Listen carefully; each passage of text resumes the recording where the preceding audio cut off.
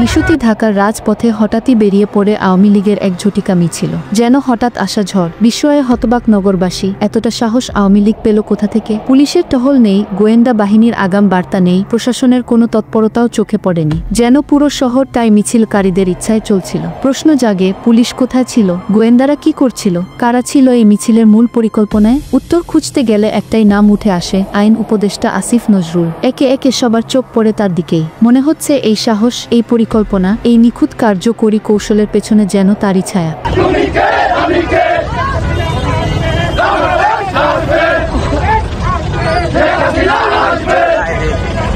রাজধানীর বুকে এমন এক অপ্রত্যাশিত রাজনৈতিক নাটক যেন বাংলাদেশের রাজনীতিতে নতুন এক রহস্যের জন্ম দিল। মিছিলের ছায়া থেকে ছড়িয়ে পড়ছে গুঞ্জন, প্রশ্ন আর উত্তেজনা। সব উত্তর কি সত্যিই জানেন আসিফ নজরুল, নাকি তিনি শুধু নাটকের এক রহস্যময় পরিচালক? সময় বলবে। তবে আজকের ঝটিকা মিছিল ঢাকাবাসীর মনে যে রোমাঞ্চ, বিস্ময় আর প্রশ্নের জন্ম দিয়েছে, তার উত্তরে অনেকেই তাকিয়ে আছেন একদিকেই, আসিফ নজরুলের দিকে।